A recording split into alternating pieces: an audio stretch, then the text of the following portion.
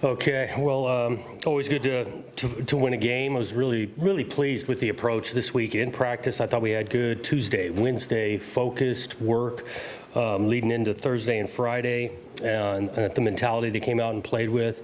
Obviously started on defense, start to finish. Those guys were lights out, making it physical. Another opportunity defensively to respond, to get the ball down in the red zone a couple of times, pushed them back. Big time plays. Obviously, Chuck, he was just up here. That was exciting and fun. I thought offensively, there's a lot to like, especially on third down. I thought in the first quarter or first half, third down conversions, and these things aren't just third and ones. Now we converted multiple times to get drives and come up with points, and so did like that. I think there was some balance in the offense with the run game and the pass game. And then special teams really pretty solid. Kicking the ball out in the end zone and kickoff. We didn't punt a bunch, but I did see Eckley hitting one. Was a big punt. We were backed up with some bad field position, so that was nice for him to get some hang time on the thing. We've been working on that the first couple of weeks. Even Caden Schickel, he's been sick the last couple of days. Our long snapper didn't practice Thursday or Friday. Comes out here and battles it out in the first half. And so just happy as a group. Definitely things to clean up. And I think I'm probably going to get asked about it, but we'll just say it. I actually mentioned to our team, you go double digits again in penalties, that's going to catch up to us. We got to find a way to coach it better, starting with us. So that'll be a point of emphasis again, because these guys, and they do. No, they don't want to have penalties and all that, but obviously we had some plays, extended drives on defense, offensively, get in the red zone. We've had some hiccups there, well, and back it up again a couple of times. So we got to tighten that up as well. Questions? All right, Coach, early in the week you seemed to light up a little bit when you talked about coming back to play at Spartan Stadium. Since you've been here, you've been getting to know your team, your coaches. What is it like getting to know Spartan Stadium? Yeah, it's been great. The first two, energy, Spartan walk again, place was packed. There was just a buzz around the place when you get there. Even some pregame routine. We got a student section that's packed, the atmosphere, and so I know our guys like playing in front of it, and hopefully we continue to build on it being a huge home field advantage. Jonathan, do you ever remember a guy running further across the field than Brantley did on that pick six? I know, because he started in the opposite corner and got all the way winded back to the other sideline. And those things aren't simple, right? He's got a decision to make. He picks the ball in the end zone. So sometimes it's best to just go down and we'll bring it out to the 20. Guys did great effort defensively of getting some blocks for him, / being smart, because oftentimes that's when you get the block in the back.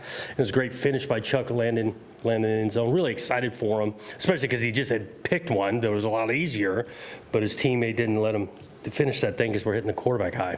When you got a lead like that at halftime, what's the message to the team, and what are you trying to get done in the second half? Similar. Like, we want to play our best football in the second half, so we're all about finishing, things like that. As coaches, we're looking at, if we can handle things in the third quarter, we love to get some other guys in the game, and that's the way it played out. The other guys getting in the game is for their experience, for their development, but they earn it, right? During the week, those guys are working hard. We'd love to play as many guys as we can, and it played out today.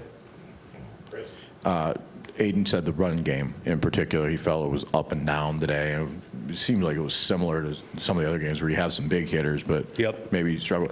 I'm wondering, what's the correction there, and particularly if you had any early updates on Gavin and how you move forward now, potentially with third and fourth potential right guards. Without thoroughly looking at the tape, I did think in the run game some of their movement created a couple issues for us, where they weren't just staying in the B gap. They had some angles and movement there.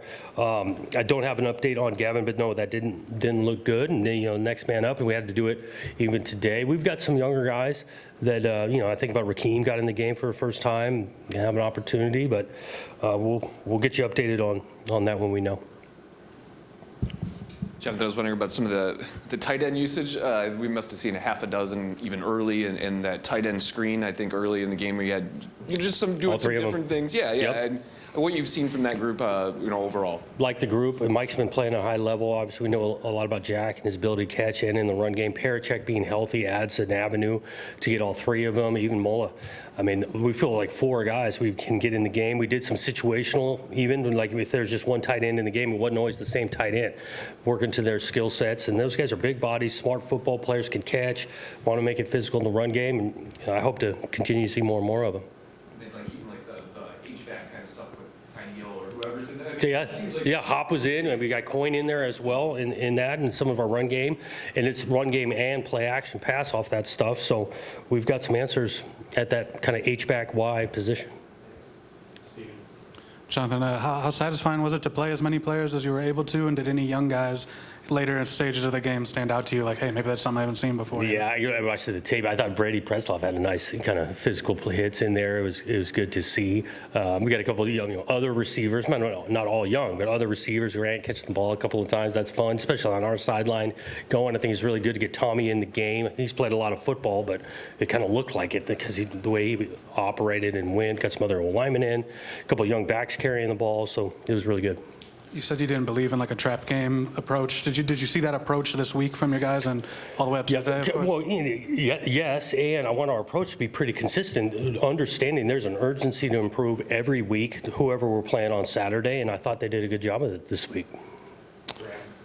Jonathan, over here. I want to ask you about Tommy a little bit. Very rarely do people go in his backwards, where they play all the time and then go to be a backup in their career. I'm wondering if you guys have had those conversations, what that's like for him, do you think, and just sort of how different that is than normal, and sort of the peace of mind of having that guy at that position? I haven't had deep conversations with him. I mean, through the recruiting process, he knew what he was signing up for in regards to a quarterback coming over here, was very familiar with the system and all of that. He's been awesome. Teammate at practice, helping out, suggestions, his experience when he's gone in. He's been really effective in practicing the scrimmages, and he played today. It was not surprising to me for him to just see the ball going where it's supposed to be, operating, getting us in the right play. So I guess all I can say is I'm really glad he's here. Over here on this side. Coach, how important is it to see somebody like Day Carter have a 60-yard run and that open up for him? How does that open up your offense as well on the offensive front when it comes to throwing? Yeah, it opens up things. When you can get an explosive run or two like that, because Nate's skill set, if he can get it to the second level, you're not going to catch the guy that often. It was well blocked. He really had a nice vision by him, because I think he cuts the ball back and then outruns one defender. He's got that skill set, and I go back. I thought both him and Kayron, good carries, kind of complementing each other. We got to clean up some of the efficiency issues and then a little bit up front, but Nate's an explosive player. Coach, similar question to Graham, but maybe a little bit different. You needed a veteran backup. You evaluated him. You got him to come. He had to sit out 2 games. Then he finally plays and produces. Can you just kind of give that overall process? Yeah, he knows he's one snap away. I mean, I was watching at the hotel even this morning. I can't remember exactly. It might have been Alabama. Quarterback's helmet came off right in the first drive, right? The guy needs to be able to get in the game and go. We got total confidence he'd be ready to go out there and he keeps working, and it's a long season, just like we're dealing with a lot of different injuries at different spots. He needs to be ready, and he will be. Today we saw Kayron Lynch-Adams have 15 attempts and Nate Carter have 8. Was that scheme design, or what was that? Not totally. That's a little bit of the play calls. We're looking to be about 50-50, but it's not like our goal. Like, okay, we're tracking it throughout. Some of it just the series and then the plays that got called in that series. So, and we're going to have games like that where one guy has a little bit more than the other. Here you go.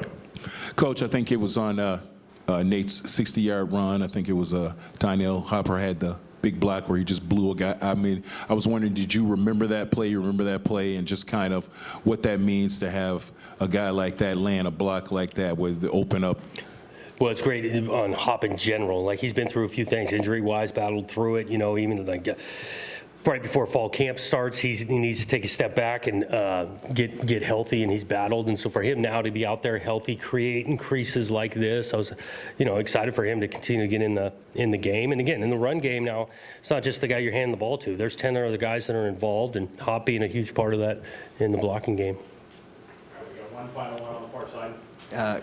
Coach, over here, you mentioned the wide receivers a little bit, but no Jerron Glover, no Alante Brown. What do you see from not only Isaiah Johnson, but Nick Marsh and Antonio Gates Jr. in relief of the guys who did. Yeah, it was nice for all three of those guys. Marsh, had a couple opportunities, got a couple catches, but AZ was big in the red zone. That slant inside, third down, needs to make a play. Makes the guy miss and scores. He's had some nice catches in each game, and so we got some confidence in him. And, with a few guys down, those guys are going to have to step in. Gates comes in a couple of different times, has some nice catches.